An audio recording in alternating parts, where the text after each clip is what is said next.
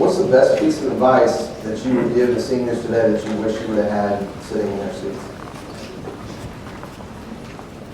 I think, and Paul said it in his keynote speech, don't be afraid to fail as you go through the process of your senior year or even post-graduation, because that's supposed to, that he talked about, it certainly is not concrete, and things are going to change.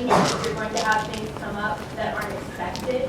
And I was dead set that everyone that told me that was absolutely wrong. They didn't know what they were talking about. How could they? I had a plan, and I was going to follow my plan, and everything was going to work out perfectly. So don't be afraid to fail. If you get turned down for a job or you don't get the dream job that you want, that doesn't mean that you're not going to be able to go on and find other opportunities or more successes down the road. I think the second piece of advice would, can you all hear me okay? All right. Is to cast a large net for opportunities and future possible employers. Don't limit yourself on a specific region or a specific firm or employer, but have a wide net so you can get a lot of different options, and so you're able to really pick and choose where you want to go. I was just in an interview yesterday, and they asked me, what's one of the hardest life experiences you ever had to overcome? And I think this might be true for a lot of TC students. Like, I've had a pretty privileged life, so I don't have a huge, and I don't want to lie in an interview, so they're obviously testing for resilience in the sales position. So how do you say something in an interview that's a kind of situation like that, where I've had kind of not a life experience where I can really overcome it? That's probably a two-part answer to that. One is suggestion. I'd go in, especially if it's for a sales position, I would Google potential interview questions. Those questions are standard. You will get them in 80% of the interviews, 90% of the interviews. But I don't think there's anything wrong with saying, I've been blessed. I know there's probably through some type of situation, I've been resilient, but I've been very blessed to have the life I have. I've got no doubt that I can be resilient when given situation. But on the front end, I'd go ahead and Google some of those questions, because tell me what one of your biggest weaknesses is. When's the time you've been resilient? When's the time you overcame some major obstacle? Those are standard interview questions, and you can head a lot of that off by Googling standard interview questions. And when I was going through it, my girlfriend at the time, she asked me a list of 100 questions. It just kind of gets you in the frame of mind, starting stream. I have the same experience. I've never had a lot of issues to overcome at that point when I was interviewing, but my answer was, I haven't, but I've seen people who have. I've learned from people. I've had family members who have, and I would just say what I learned from them, what they taught me, what their experiences have taught me, because I was young, I hadn't gone through any of that kind of stuff yet.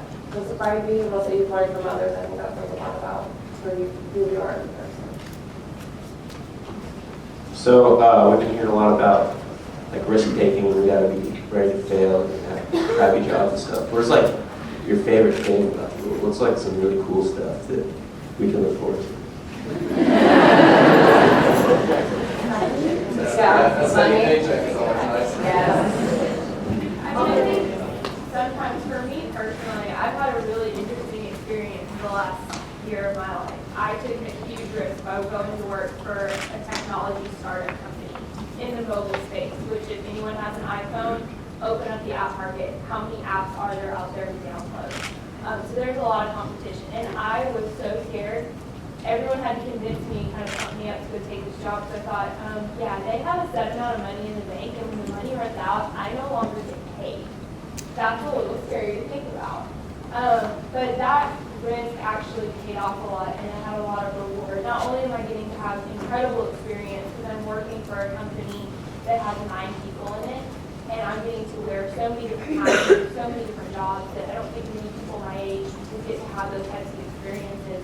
Our company actually just got acquired this year, so I got to walk through an acquisition process and how that works and what type of due diligence and questions get asked and being put under the microscope. And then watching the company actually get acquired, and now we're part of a $6 billion a year public company. So I would say, yes, go out and you might have opportunities where you're going to fail. You might be taking positions where you think it could be a little risky. But honestly, go ahead and take that plunge, because the worst thing that would have happened is if we hadn't gotten acquired back in September, we would have run out of money in March, and I would have gone and looked for another job then. But I would have had so much experience to be able to go into future job interviews, and I've made so many connections in my current job that honestly, it wouldn't have been the end of the world. Yeah, how many of y'all play sports before?